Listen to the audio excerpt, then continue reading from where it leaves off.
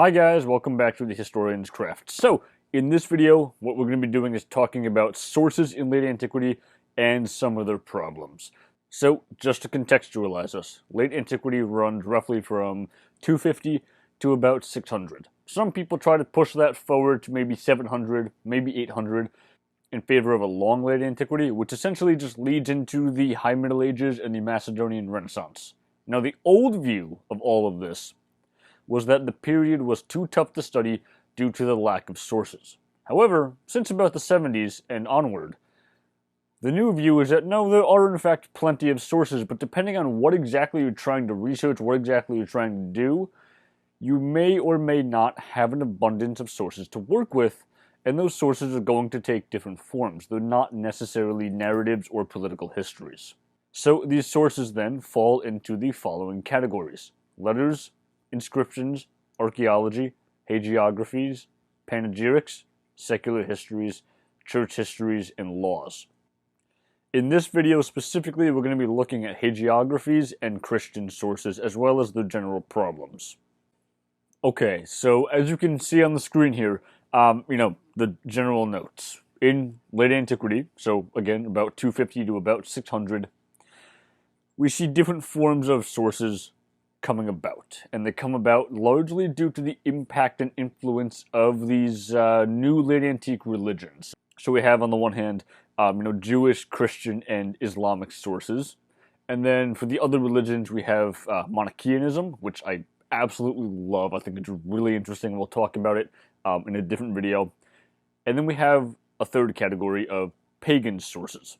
So in late antiquity, the principal Christian source that we see coming about are these things called hagiographies. These are biographies of saints, the topic of this video. We also have things like church sermons, which you would obviously expect, and church histories, which again you would also probably expect. But hagiographies are kind of weird. So these are biographies of historical people.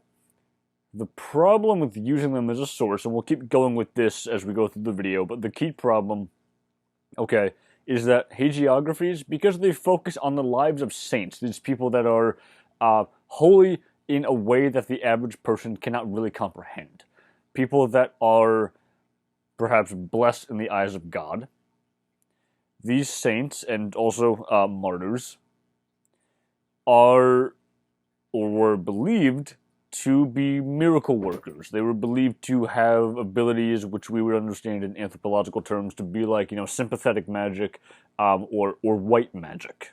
They could do the miraculous. They could heal. That kind of thing. So hagiographies are full of that stuff, which then presents a problem. Because all of these sources, they present a Christian view of reality, how everything works. And this becomes opposed, not necessarily initially, but certainly with the rise of a pagan counter in other sources, it becomes concerned with espousing a Christian view of the world to fight back against what it eventually sees as a pagan view, which largely, again, arises as a result of the Christian stuff initially. So what we have then is these kind of extremist documents. And a lot of what we have surviving from these Christian sources tend to be fairly extremist as well. So when these Christian sources, when they view pagan sources or they view paganism out in the world, and they talk about them in those sources, it's not like it's just a different perspective. For Christians of late antiquity, this is very much like the devil's work. So the problem with reading this stuff, and this is why you can't just pick up a primary source and just read it and just take it literally, because there are tons of biases hidden within it, is that, well, if it's a pagan view, if it's not a Christian one, well then it's the devil impacting society. So that's obviously going to affect how Christians tend to think about what they're viewing and what they record. Now the stuff that they record, the stuff that survives, tends to be very extremist, and it tends to make some perhaps broad generalizations. So the problem with reading it then is, well, when a Christian source or a hagiography or something, whatever source you have, when it talks about the village people or the mountain people or, insert population group here, when it talks about them celebrating some kind of a holiday that's not a Christian one. That is maybe a more ancient Roman one, or maybe not even Roman. Maybe it's a Celtic holdover. When it talks about these holidays, the Christian view is that these are holidays set up by the devil or by demons to trick people. Now, because they're extremist sources, and they're talking about, oh, all the people celebrate this one demonic holiday. Well, does that really mean everybody did it? Or is that just what these people are wanting to see? So there are issues in reading this stuff, so you have to be very, very careful. They don't allow for the alternate non-Christian pagan view to be even remotely correct, even remotely true. So it's because of this pagan Christian dichotomy in late antiquity that many, many Christians and many, many pagans as well, and here we should understand pagan to mean not necessarily like the adherent of an organized religion in the sense that Judaism was, or in the sense that early Christianity eventually develops into, but rather just a general mishmash of anything non-Christian. These religious views, these perspectives, they're very, very interested in promoting their own perceptions of the world and suppressing the other ones. Now, eventually, because of religious fanatics like the Emperor Theodosius, eventually the Christian stuff wins out. So what that then means is that we have Christian sources surviving which are incredibly polemical, incredibly extremist, like we just went over, which promote their own views, so we have to be careful in reading them. And out of all the surviving literature, we have three key church histories that survive from about the 400s. We have the history of Socrates, the history of Sozomen, and the history of Theodoret. Now, there are other non-Christian histories which we would typically put under the label of like pagan, all of which form key sources, especially Zosimus, for late antiquity. Now, the problem with all of these sources is that if you're trying to reconstruct, say, a political narrative of the 400s, and you want to reconstruct a political narrative of the political breakup of the Western Roman Empire, well, these are the sources from which you have to do it. Now, the problem is that, like all things from ancient history, and this is part of the issue with doing ancient history, and it's not that modern studies are any more or less complete in terms of the sources, although they usually tend to be more complete. But this is the key issue with doing ancient history, is that so many of these things, so many of these sources, unless they're very well preserved, unless maybe by chance, this stuff tends to survive in bits and pieces and fragments. So I talked about this in the video I did critiquing narrative histories and meta-narrative histories. In some ways, in some time periods, there is enough evidence in terms of the documentary record and the material record where you can lay out a chronology and have it really make sense. Certainly we can do this with the American Revolution. Certainly we can do this with the English Civil War. We can do this with the rise and fall of the Third Reich. Although there are going to be, details that experts quibble on, that they fight over, as they should. It can lead to some different interpretations. But with ancient history, when you're trying to reconstruct a political narrative, or any kind of narrative, really, the two problems you run into are that, one, these things survive in fragments, so when you're trying to create a narrative, you are potentially imposing an order on these fragmented sources which they don't necessarily lend themselves to, so you can get wildly different interpretations, which can lead to wildly different conclusions about different events, or datings, or the impact of certain events. And the other problem, is that, well, if these are typically religious histories, these are histories of the church, these are histories of paganism, or pagan philosophy, or pagan thought, well, that's what they're going to focus on, especially hagiographies. They're going to focus on the lives and the deeds of saints and martyrs. Political history might get sprinkled in there. So you have to try to extract small details from sources that otherwise don't care about those details, and they're just in there for, some reason or another. So this is part of the problem of trying to reconstruct anything from late antiquity. How do you pull out details from sources that the sources don't care about? And if you do that, Are you doing it correctly? Now, going along with those general source problems, there's also another key issue here, and that is determining the rate of conversion. So we have more Christian sources than pagan sources that survive. So if you look at that, and you look at it, uncritically, maybe the first idea you come away with is, oh, well, there's more Christian stuff surviving, so probably that means there was more Christian writing, so there were more Christians around to do the writing. Therefore, the rate of conversion was fairly high. Well, the general problem with ancient history is that stuff just doesn't survive. Documents rot, there are fires, things are stolen, sometimes, and this happened especially during like the late medieval period and the Renaissance, some sources were kind of taken apart and their pages were used for like book covers. So one of the surviving copies of Tacitus survives in only like 14 pages because somebody ripped it apart during the 1400s or 1500s. Don't quote me on that, I'd have to double check. But they rip it apart, and we got 14 pages surviving, and they're used as book covers in the Renaissance. So, yeah, stuff just disappears. So the fact that we have more Christian sources surviving does not necessarily mean that the rate of conversion was steadily increasing. Going along with that, we had this other problem of, well, to what extent did non-intellectuals, non-churchmen, so the non-clergy and the non-aristocrats, so perhaps not necessarily the common man, but they're definitely in there, but definitely the non-aristocrats, to what extent did these people understand what Christianity actually was?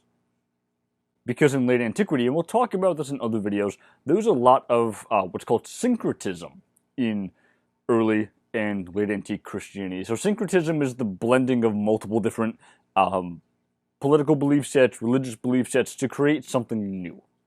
So all of that's going on. So when people converted to Christianity, and when I say converted, I probably should put this in like air quotes because we don't really know the full extent to which people did this, and they're still celebrating pagan or non-Christian holidays. Well, oftentimes what the church did was they just rebranded older pagan holidays as Christian ones. So you see this a lot with, not necessarily like the actual holiday of Christmas or the actual holiday of Easter, but you certainly see this with some of the decorations, some of the motifs and themes that get worked into it. Some of the stuff that gets worked into these holidays are pagan, and they're doing it to attract the non-Christian population of the Roman Empire. So just because somebody converts to Christianity, if they still see the pagan stuff in this new holiday, well, how much of the new religion do they really understand? Does it actually make them a genuine Christian? You have this issue with the sources you have to deal with. On top of that, many aristocratic Christians who become the clergy read the classics. St. Jerome actually has this dream where it's God or Jesus, I don't remember which one, but they're berating him in this dream because he's reading way too many of the older pagan authors like Suetonius, like Tacitus, like Virgil, and he's not focusing enough on Greek, and he's not focusing enough on translating the Bible. He's not doing enough Christian stuff. So what that tells us is that many of the clergy who come from the Roman aristocracy still had ties to their pagan roots. So again, we have this problem. What's the rate of conversion? Can we really infer that from the amount of Christian sources that survive? We don't really know. Alright, so now we come to the hagiographies. So, biographies in the modern day are a genre of literature. And in the ancient world, they also were a genre of literature. Biography, to a degree, in late antiquity, it's not that it was new, it's that it was remarkably prominent as a genre of literature in a way that it wasn't during classical antiquity. But during classical antiquity, people used biographies for political or moral reasons. So this is part of the general theme in Greco-Roman literature, is people try to make moral or political arguments by using real-life examples. So biographies are used to do this. And oftentimes, the people that wrote these biographies use what's called comparative biography. So it's usually at least two people, sometimes more. So for example here, This is Plutarch's The Fall of the Roman Republic. So this is not necessarily a straightforward narrative of the end of the Roman Republic. It deals with it, but it also involves comparative biography to draw attention to people running around in the late Roman Republic and compare them to perhaps more famous Greek politicians that everybody would know. So these are the comparisons he does. Chapter 1 is just Marius by himself, but then he's got Sulla, and he compares him to Lysander, who's a Greek politician. Then he's got Crassus, and he compares Crassus to Nicias. Pompey, he compares to Agesilaus. And then Cicero, he compares to the Athenian orator Demosthenes. So this is what a lot of this stuff looks like. Now in the 3rd century, in the 200s, a new form of biography appears, and that is hagiography. So these texts, these talk about men and women, saints, martyrs, people with supernatural magic powers, people who can do miracle working, which, in the context of the times, people genuinely believed. Now, these start showing up when people begin converting in larger and larger numbers to Christianity. And these hagiographies, like so many religious texts over the centuries, they become used as religious and political weapons in this war over conversion between Christianity and paganism. Now, this war between Christianity and paganism, the Christian writers and many of the Christian saints and monks genuinely believed they were fighting a holy war on earth against demons. Like, if you read the writings of the Desert Fathers, these people that lived out in the Egyptian deserts, the people that in many ways become like some of the first monks, and they talk about fighting demons, well, that's the holy war, yeah, they're fighting God's war on earth, but they're also using classical Greco-Roman language in describing that fight. So when they talk about, stamping about in the dust and casting the demon out of the ring, it's Greek wrestling language. That's how they're conceiving of this stuff. So again, there's this overlap between the Christianization process and the pagan legacy. Now, non-Christians, that is, pagans, use biography as a political and a religious weapon as well. So I've got some of the key ones on the screen here. But these Christian biographies, these hagiographies, are different because they really emphasize the supernatural. Therefore, you have to be very careful in reading them. Of the two, probably the life of St. Anthony, which has been credited with largely spurring the monastic movement in Western Europe, and the life of Constantine, which is one of the key sources, if not the key source for the Emperor Constantine.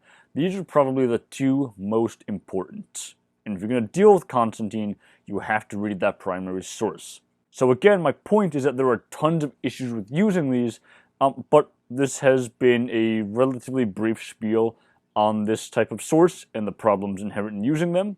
And in the future, we're going to be going over specific examples of hagiographies, like the life of St. Anthony. So guys, that's it for now. Thanks for watching. I hope you enjoyed. Take care, and I will see you all next time.